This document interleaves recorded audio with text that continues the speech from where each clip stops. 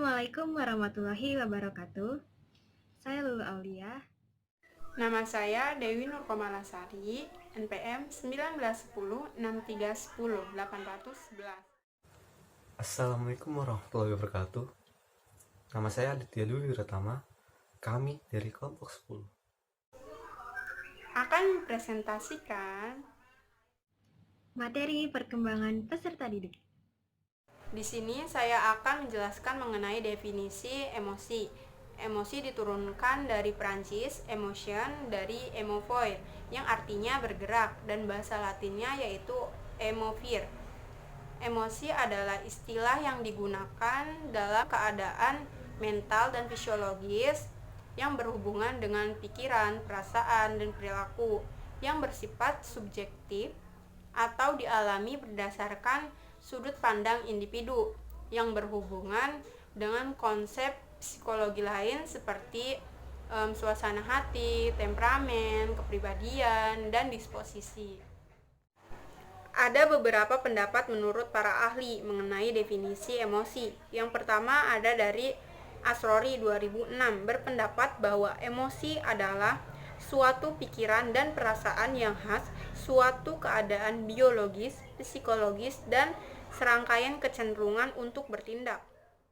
Menurut Sunarto dan Agung Hartono 2008 bahwa emosi adalah suatu pengalaman afektif yang kuat pada diri seseorang yang ditandai dengan adanya perubahan-perubahan pada diri individu, baik keadaan mental maupun fisik, serta berwujud sikap dan tingkah laku yang tampak. Menurut L. Crow dan E. Crow 2008, emosi adalah suatu pengalaman afektif yang disertai oleh penyesuaian batin secara menyeluruh, di mana keadaan mental dan psikologi sedang dalam kondisi meluap-luap. Juga dapat diperhatikan melalui tingkah laku yang jelas dan nyata.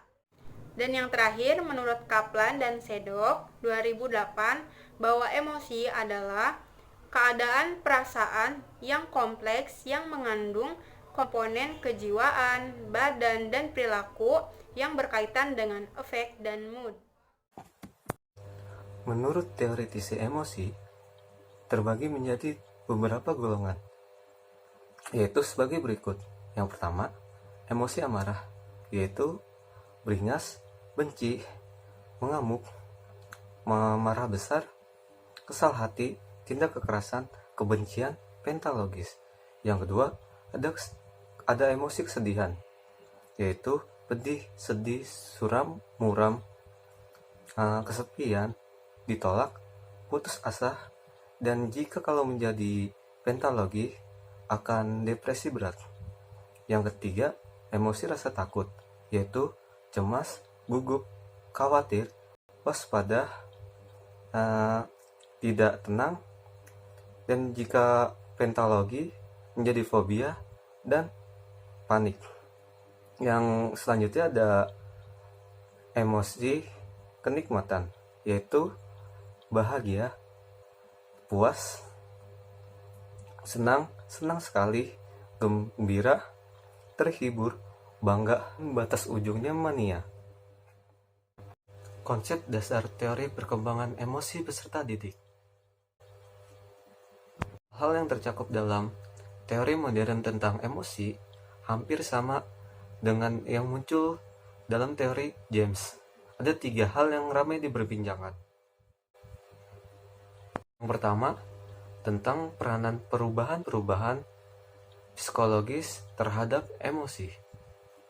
Kedua, dalam teori dan riset mutakhir tentang emosi, salah satu teori yang cukup dibilang klasik adalah teori 2 faktor yang dirumuskan oleh Schuster 1964, berpendapat bahwa kesadaran atas perubahan fisik semata tidak cukup untuk menilai atau menimbulkan respons emosi. Hal penting yang ketiga adalah riset ini terarah pada aspek-aspek sosial dan kultural dari emosi. Determinan perkembangan emosi peserta didik. Menurut Buku Perkembangan Peserta Didik dari Dr. Haji Oding Supriyadi MPD menjelaskan, determinan emosi, emosi sebagai bentuk ciri khas dari perasaan baik pada fisiologis maupun psikologis tentu dipengaruhi oleh banyak determinan. Determinan tersebut tentu sangat mempengaruhi perkembangan emosi, sebab perkembangan jasmaniah dan interaksi yang terjadi pada lingkungan keluarga, sekolah, teman sebaya, dewasa, maupun orang tua dapat memberikan respons kondisi atau perasaan anak. Sebab hal tersebut dapat memberikan pengalaman belajar pada setiap individu. Faktor-faktor yang mempengaruhi perkembangan emosi peserta didik. Menurut pendapat ahli, terdapat 5 faktor yang mempengaruhi perkembangan emosi peserta didik. Yang pertama, perubahan jasmaniah. Yang kedua, perubahan pola interaksi dengan orang tua. Yang ketiga, perubahan interaksi dengan teman sebaya. Yang keempat, perubahan pandangan luar. Dan yang terakhir, perubahan interaksi dengan sekolah. Cara pengendalian perkembangan emosi. Kita sebagai calon pendidik harus memperhatikan bagaimana kita mengendalikan emosi pada peserta didik. Berikut cara-caranya.